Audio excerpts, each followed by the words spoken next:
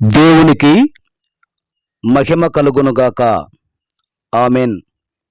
యేసుతో నడుచుట అను YouTube channel చూస్తున్న మీ అందరికీ నా హృదయపూర్వక వందనాలు. ఈరోజు మన పాఠం సాంసోను దైవిక శక్తిని గురించి మనం తెలుసుకుందాం. మూలవాక్యం కీర్తనల గ్రంథం 60వ కీర్తన 12వ వచనము. దేవుని వలన మేము సూర్యకార్యములు జరిగించెదము, మా శత్రువులను అనగదొక్కువాడు ఆయనే. దేవునికి మహిమ కలుగునుగాక. ప్రియ దేవుని బిడ్డలారా, సాంసోను విషయంలో అలాగే జరిగింది. ప్రభు ఆత్మ సాంసోను మీదకు వచ్చినప్పుడు అతడు దైవిక శక్తి ప్రభావాలు అనుభూతి పొందాడు. న్యాయాధిపతుల గ్రంథం 14వ అధ్యాయం 6వ వచనంలో యెహోవా ఆత్మ అతన్ని ప్రేరేపింపగా అతని చేతిలో ఏమీ లేకపోయిండును. ఒక్కడో మేకపిల్లను చీల్చినట్టు అతడు కొదమసింహాన్ని చీల్చివేశాడు. అతడు తాను చేసినది తన తండ్రికైనను తల్లికైనను చెప్పలేదు. అలాగే న్యాయాధిపతుల గ్రంథం 15వ అధ్యాయము 1 నుంచి 5 వరకు మనం చూసినట్లయితే, కొన్ని దినములైన తర్వాత గోధుమల కోతకాలమున సాంసోను ఒక మేకపిల్లను తీసుకొని తన భార్యను చూడవచ్చు, అంతఃపురములోనున్న నా భార్య వద్దకు నేను పోదుననుకొనెను. అయితే ఆమె తండ్రి అతని లోనికి వెళ్ళనివ్వక, నిశ్చయముగా నీవు ఆమెను ద్వేషించావనుకొని నీ స్నేహితుడికి ఆమెనిచ్చితిమి, కనుక ఆమెకు బదులుగా ఆమె చెల్లెలు చక్కనిది కదా, ఆమెకు ప్రతిగా ఈమెను నీకిచ్చేదను, చిత్తగించమని చెప్పాడు. అప్పుడు సాంసోను, నేను ఫిలిష్తీయులకు హాని చేసిన ఎడల వారి విషయంలో నేనిప్పుడు నిరపరాధనై ఉంటునని వానితో చెప్పి పోయి 300 నక్కలను పట్టుకొని దివిటీలను తెప్పించి తోకతట్టు తోకను తిప్పి రెండేసి తోకల మధ్య ఒక్కొక్క దివిటీ కట్టి ఆ దివిటీలో అగ్ని మండపం చేత ఫిలిష్తీయుల గోధుమ చేలల్లోనికి వాటిని పోనిచ్చి పనల కుప్పలను, పైర్లను, ద్రాక్ష తోటలను, ఒలీవల తోటలను తగలబెట్టెను. అలాగే న్యాయాధిపతుల గ్రంథము 16వ అధ్యాయము 2 నుంచి 3 వచనాలు మనం చూస్తే, సాంసోను అక్కడికి వచ్చినని గాజావారి తెలిసినప్పుడు వారు మాటు వేసి రేపు తెల్లవారుజాము తరువాత అతను చంపుదమనుకొని పట్టణపు దోర వద్ద రాత్రంతయు పొంచియుండిరి. అయితే సాంసోను మధ్య రాత్రి వరకు పండుకొని మధ్యరాత్రి లేచి పట్టణపు తలుపులను వాటి 2 ద్వారబంధములను పట్టుకొని వాటి అడ్డకర్రలతోటి వాటిని ఊడబెరికి తన భుజం మీద పెట్టుకొని హెబ్రోనుకు ఎదురుగా ఉన్న కొండ కోన వాటికి తీసుకుపోయెను. దేవునికి మహిమ కలుగునగాక.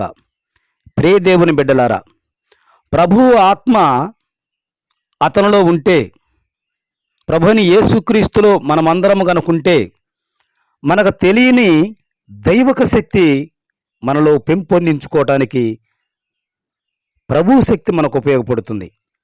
అలాగే ఫిలిష్తీయులు ఆయన చంపాలనుకున్నప్పుడు దైవిక శక్తి తానులో ప్రేరేపించి తాను బయటికి వెళ్ళటానికి దైవిక శక్తి ఉపయోగపడింది. కనుక భౌతికంగా బలం కలిగి ఉండొచ్చు, కానీ పరిశుద్ధ జీవితంలో శోధనలు ఎదిరించగల మానసిక బలం మనం కలిగి ఉండాలి. అంటే ప్రభువైన యేసు క్రీస్తును మనం కలిగి ఉంటే మానసికమైన బలము, ఆత్మ పెంపొందించుకోవచ్చు. అలాగే ప్రతి విషయంలోనూ దేవుడు మీ ద్వారా వినిపించే క్రమంలో ఆయన మీకు కావలసిన శక్తిని అనుగ్రహిస్తాడు. మనం ఎప్పుడైతే వాక్యాన్ని విని వాక్యానుసారంగా నడుచుకోవాలని మనం అనుకుంటామో అప్పుడు దేవుని శక్తి, దేవుని ఆత్మ మనలో ప్రేరేపించుద్ది. కనుక దేవుని వలన మేము కార్యములు జరిగించదము, మా శత్రువులను అణగదొక్కినవాడు ఆయనే. దేవునికి మహిమ కలుగునగాక. ఎప్పుడైతే దేవుని మీనే భారమేసి మా శత్రులను, మా విరోధులను, మా పైకొచ్చే సాతానులు జయించాలంటే మా శక్తి సాలదో. కనుక దేవుని వాక్యం అనే శక్తి మీద మనం ఆధారపడితే మనం జయించటానికి దేవుడు మనకి తోడై ఉంటాడు. కనుక ప్రభువు ఆత్మ సాంసోను మీదకి అనేక పర్యాయములు బలముగా దిగివచ్చి అతని శక్తి నుండిను ఈ దైవిక శక్తి ఇశ్రాయేలు ఫిలిష్తీయుల చేతి నుండి ఇడిపించటానికే ఉద్దేశించి అనుగ్రహించబడినది. మీ జీవితంలో దేవుని ఉద్దేశం కోసం జీవించటానికి మీ బలహీనతలలో దేవుడు మీకు ఎలాంటి శక్తినిచ్చాడో పరీక్షించుకోండి. ఈ వాక్యాన్ని తినండి, తినిపించండి. ప్రియ దేవుని బిడ్డలారా, దేవుని శక్తి ఫిలిష్తీయుల్ని జయించటానికి తన శక్తినిచ్చాడు అక్కడ.